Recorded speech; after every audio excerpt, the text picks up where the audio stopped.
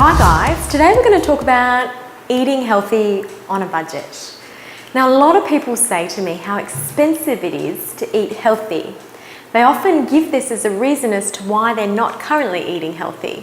You know, I find this really hard to believe, especially with how expensive takeaway food is. Packaged meals in the frozen section of our supermarket can be really expensive as well.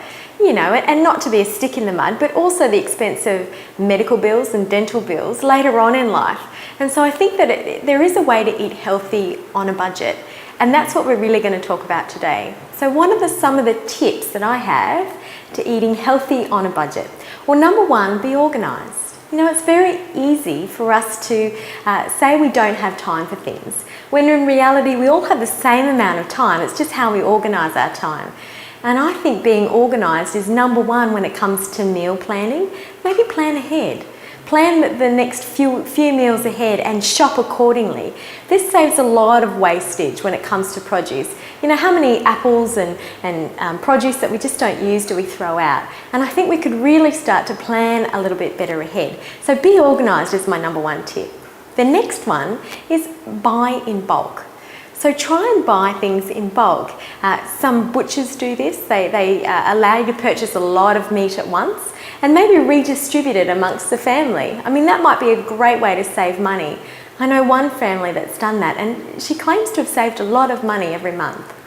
The next one is make meals in bulk. Some people are excellent at doing this, and I have some friends that are doctors that spend half of their day off actually cooking meals and freezing them. So I think that might be a great way to get started, making meals in bulk. The next one is avoid packaged, pre-prepared food.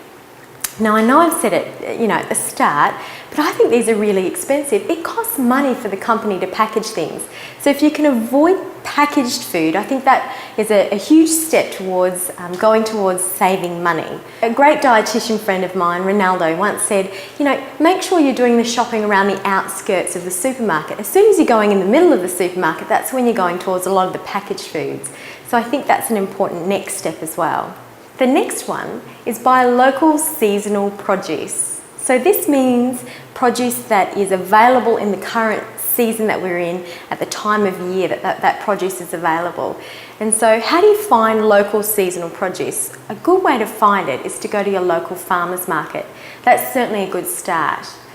The next way, if you don't have time to go to the local farmers market, is to go to your supermarket and see what is the cheapest.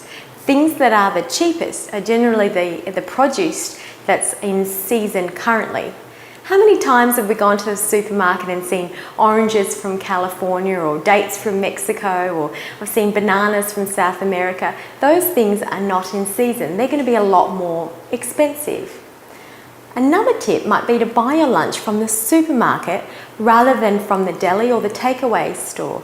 A lot of supermarkets are now doing pre-prepared sandwiches, salads. They tend to be a lot cheaper than buying them from the bakery or from the deli, from personal experience. You know, and the last one, and this is really the icing on the cake, and if you've got the time, grow your own. I've got a lot of friends who are doctors and who are busy, and they have a little veggie patch, or they might grow their own herbs. I mean, this might just be a fun way to save some money and to teach our children where food really comes from. Surprisingly, I had a child the other day ask me where a banana comes from. They didn't know. And so I thought that was sad. You know, that's just one other tip that we can really do to save money on food, is to grow your own.